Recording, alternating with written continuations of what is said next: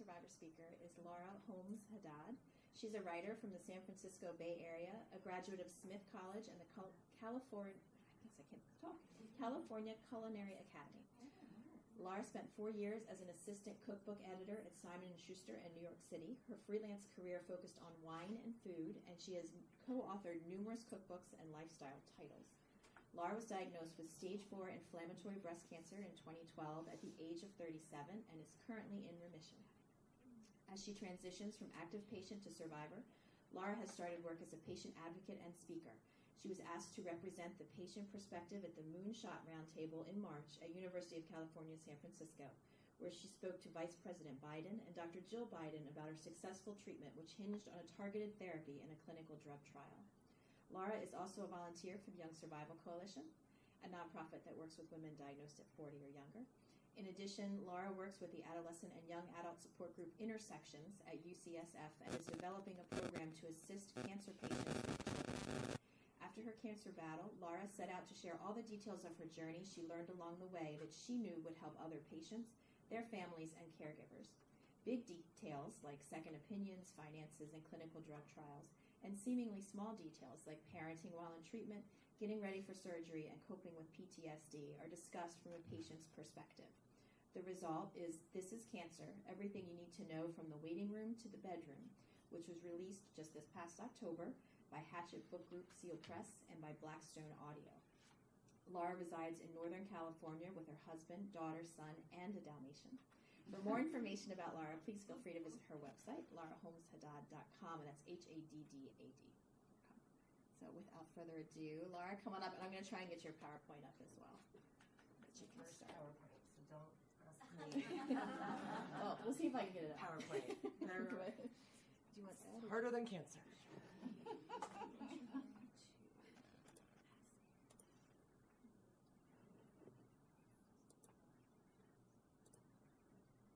If not, I have my speech. It's just a few photos. Sorry. There we go.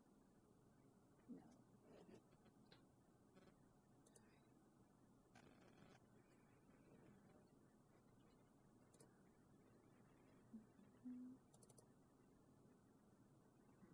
Are we into your son? Aha. What do you know? There we go. Okay. Does the clicker I'm not sure if the clicker was the clicker working? No. Okay, then how do I? It should be the intro. How do the right? Yeah, I think it's. It's forward. Let me try that one. Okay. Okay. All right. Hi. I am so thrilled to be here, and I'm just so amazed at the similarities in our stories. I mean, I know there are thousands of other women like us, but I think you'll find an amazing similarity just in this room. So, having breast cancer is a series of tiny moments. Once I got the news, I thought it would be 3 big moments: diagnosis, treatment, recovery. But instead it was diagnosis, uncertainty, diagnosis, treatment, even more treatment, an end, and a beginning, fits and starts. It was this.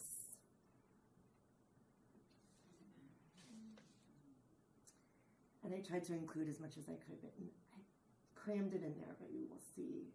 This was what was running through my head, and I really wanted to contrast what I felt that the providers were thinking about and what was actually going through my mind and my family's mind. And here's how I went from this to stage 4 breast cancer patient in a mere 24 hours. This is the night before I got diagnosed. And it was in the summer of 2012 that I started to not feel well. I didn't feel like myself, more tired than usual. I had pain across the left side of my chest.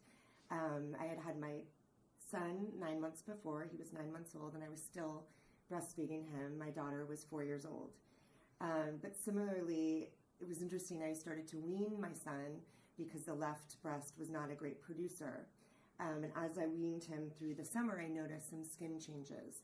But being an otherwise very healthy young woman, I never believed that anything could be wrong. I soldiered on.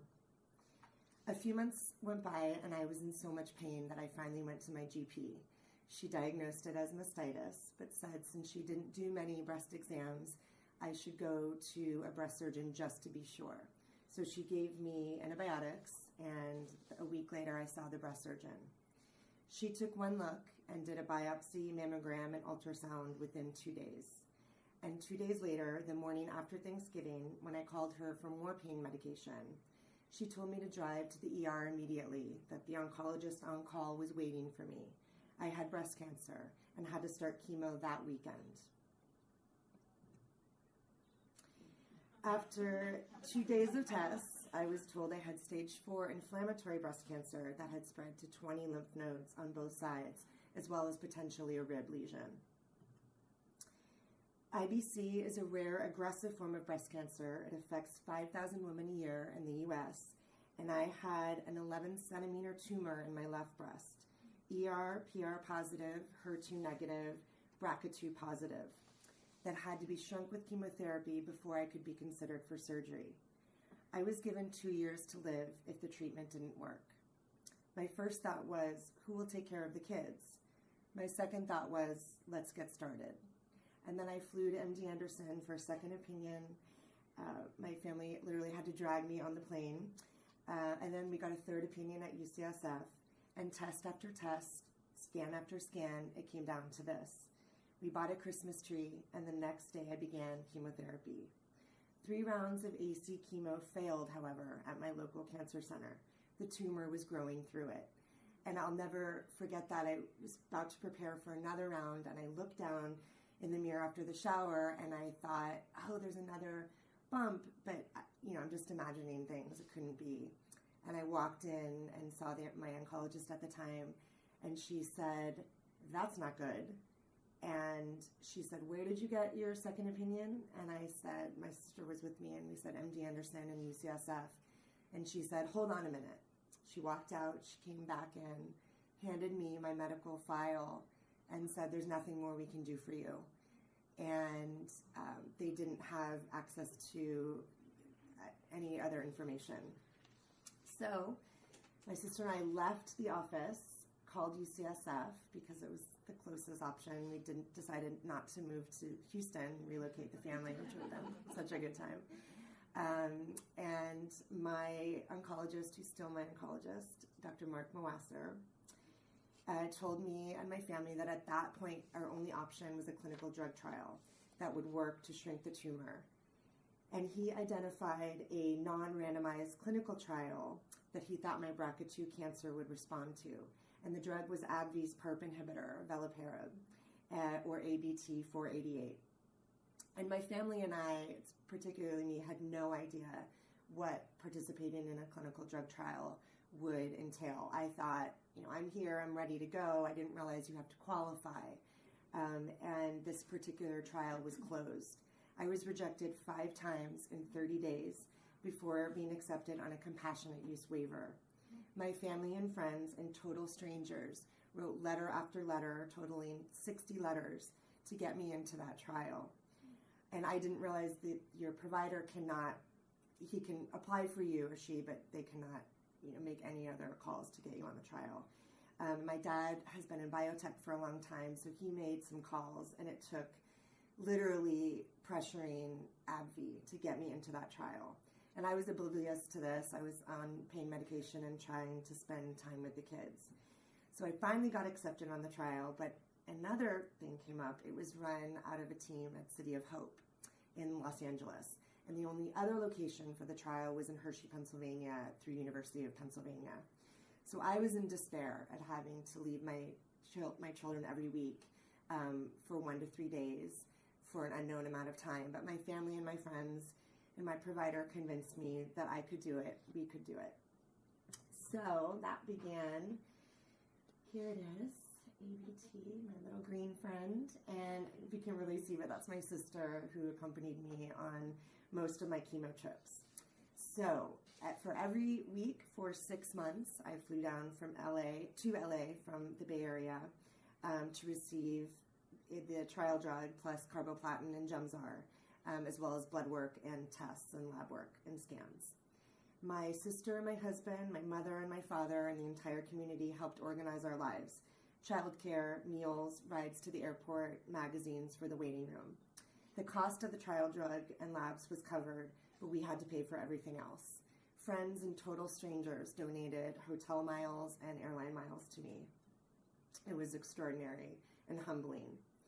And along the way, I utilized quite a few services, an oncology social worker and a psychiatrist who specializes in oncology, as well as a child psychiatrist for our daughter, and as well as the amazing team of genetic counselors at UCSF. So the clinical trial involved infusion scans and lots of waiting. And I never knew going down if I would be there for the day or overnight. It just depended on my accounts. And like every other cancer patient out there, I suffered. But it worked. The chemo was shrinking my tumor. It shrunk enough that I was scheduled for surgery at UCSF in August 2013. And in a 13-hour surgery, I had a non-skin, non-nipple sparing bilateral mastectomy and salpingo-oophorectomy, as well as 19 lymph nodes removed. And I had clear margins in my path report. More fun was to be had. I resumed the oral form of the trial chemo drug a month later and was told I'd be on it the rest of my life. I was simultaneously grateful and miserable. And then I began 40 days of radiation across 13 fields. And then I had reconstructive surgery at UCSF with saline implants the following year. I've had various side effects, including the fun of menopause, insomnia, weight gain, as well as joint pain from letrozole. And then it became a choice of, because I was still on the trial, would I have to continue flying down to access the drug? So Dr. Moasser applied for an individual trial for me to the FDA on my behalf so I could get the drug and all the lab work at UCSF. And they approved it. So that eliminated the need for travel.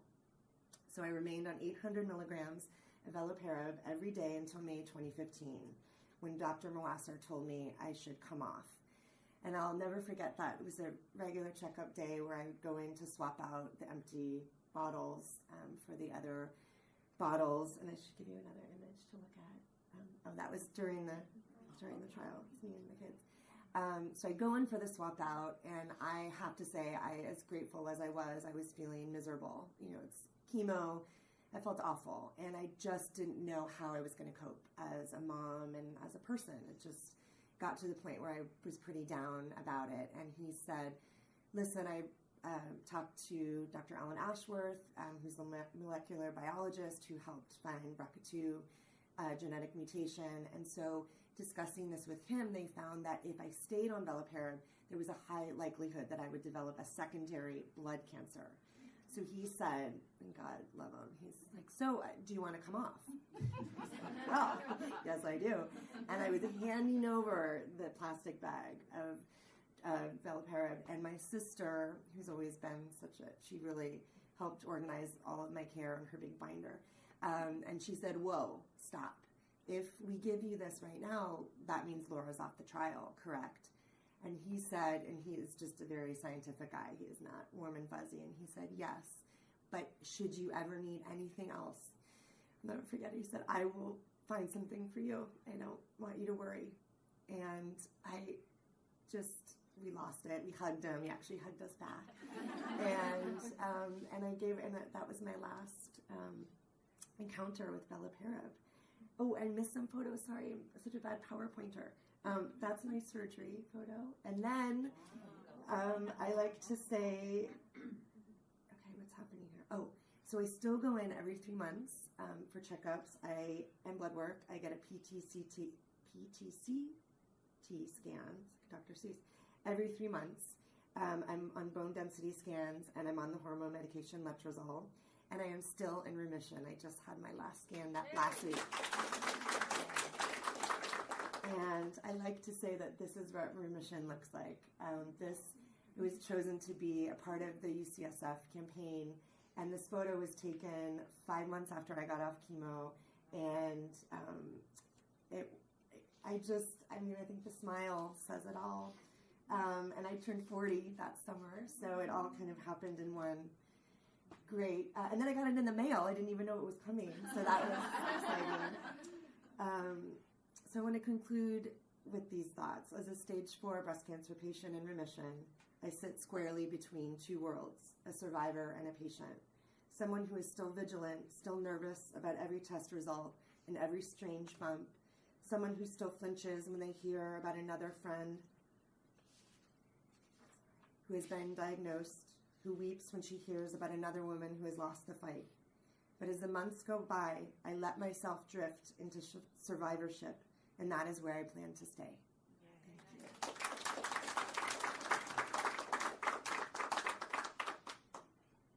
Thank you so much. Oh, thanks for having me. Sure.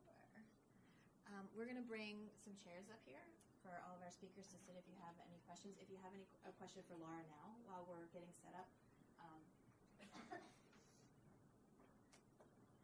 Actually, more than a question, I have a couple of comments. Laura, thank you so much.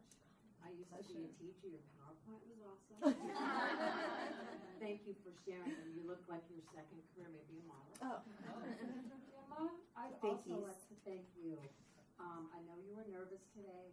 You were awesome. And thank you for sharing your life and your experiences. You just look so jubilant. Yay, you're here with us still. So thank you so much, both of you ladies. Pleasure. I like to always say thanks to mice and monkeys who take the burden of it all.